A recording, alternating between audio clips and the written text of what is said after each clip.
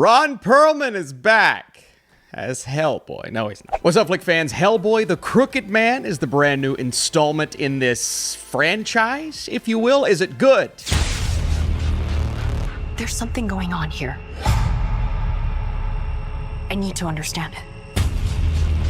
So Hellboy and a rookie agent in the 1950s are sent to the Appalachians, where they discover a remote community dominated by witches that is led by a sinister local demon, the Crooked Man. First off, this movie is rated R for violent content, language, and nudity. That's what you want in Hellboy. Second of all, it's not Appalachia, it's Appalachia. You know how I know that?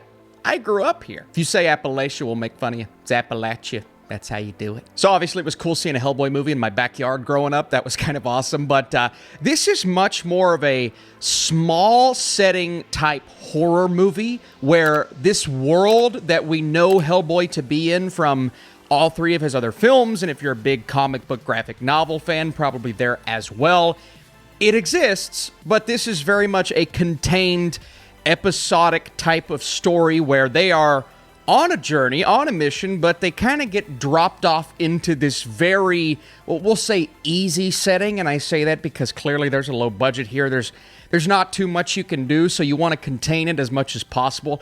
I actually think that's a smart decision here, because if you set this in a more broad world, where you have to use more CGI, probably would be even worse, because the CGI here, it's not good. Look at it! It's ugly, isn't it? I mean, there's a snake, there's a spider, some aspects of Hellboy that are CGI. Obviously, you have the Crooked Man, and once we see him, there are some interesting things about those conceptually and visually, but on the budget that they probably had, and I don't want to fully claim this as a straight-to-TV type movie. It's like, I got to give it a hall pass for being that, because this was initially supposed to be in theaters. It wasn't until a couple of weeks ago where they said, yeah, we're probably just we're going to dump it to streaming, and you're going to have to pay $20 to watch this like I did. Why did I do that? I don't know. As a film critic, because I want to somewhat give this a pass, because if this was a fan film, or if this was a straight-to-streaming movie originally, then I would probably watch it and say, well, I mean, it's not good, but it's definitely not as bad as I thought it would be. The essence of Hellboy, at least what I know Hellboy to be, somebody who's familiar enough with him in a graphic novel setting, but not fully invested in the lore. But just from what I've seen in the movies, without all of the bells and whistles, the essence of Hellboy, it's kind of on display here. I think part of that is the main actor does an okay job, but also you have some people involved that have worked on the other Hellboy movies, that have been involved in Hellboy comics, and it's kind of like, yeah, they understand who Hellboy is, maybe not so much what they were going to do surrounding him in this film, and we'll talk about that, but they at least get it. And then you've got the director and Brian Taylor of Crank and Mom and Dad. Remember the crazy Nicolas Cage movie? Motherfuckers! You're going to open this motherfucking door! Can I be honest with you? I actually liked that movie, as well as Crank, and I wasn't anticipating this, but at least it's from a director that has done high-octane, insane types of films. This is like a 180, because this is a slow, methodical, very horror-centric type of movie that doesn't move fast in the least bit. So it's almost the opposite of what we're used to seeing from this director. And because of that, it can feel like a real slog to get through at times, right? We are dropped off at this location, literally from a train, Hellboy and his sidekick on this journey, if you will, separated from all the other Hellboy-isms and monstrous creatures that I'm sure are going on in the 1950s. And we get our fair share of those here. But even those sequences where we're running from the spider and Hellboy's punching himself because the spider's crawling all over him, and then we've got the big snake attack, it's like those scenes, the idea of them is entertaining, and if I say that's included in a very horror-centric Hellboy movie, you're probably like, yeah, it's pretty cool. But visually, it was off and awkward, but also just the way that our actors are putting this on display is kind of awkward. The way they talk to each other, the way they pause between sentences.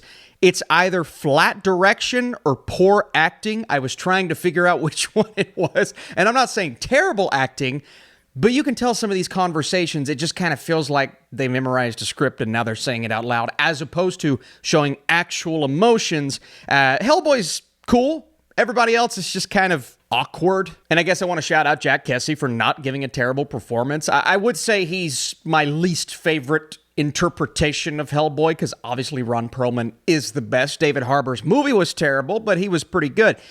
He's fine. Nothing stands out visually. Again, some off CGI, some practical stuff that looks kind of cool, but you can still tell he's kind of wearing a cheap suit. It doesn't look great. It doesn't feel great. It wasn't overly entertaining, but Hellboy is present in this. I felt Hellboy, not just some guy in cosplay. Congratulations. And again, this is like a horror movie. It's like Wrong Turn, right? We're going into creepy houses, meeting creepy people, and some weird things are going on in the background. The crooked man behind the scenes. Hellboy's trying to convince this person she's with him, like, I know I'm not supposed to be here, but I want to be here. And he's like, you're gonna die. You will die if you stay with me. So it's like all of that is interesting in theory, but then when you're actually watching the movie, it's like, man, I just want something to happen. It feels like nothing that is happening on screen is of any significance, and the CGI is awful. The editing in this movie is really awkward. The cuts and the way we go from one sequence to the next. And again, there's an awkward vibe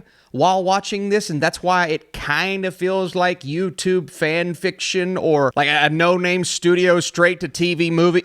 That is kind of what it is, but it wasn't intended to be that, so I can't feel like I'm able to give it a hall pass because of that.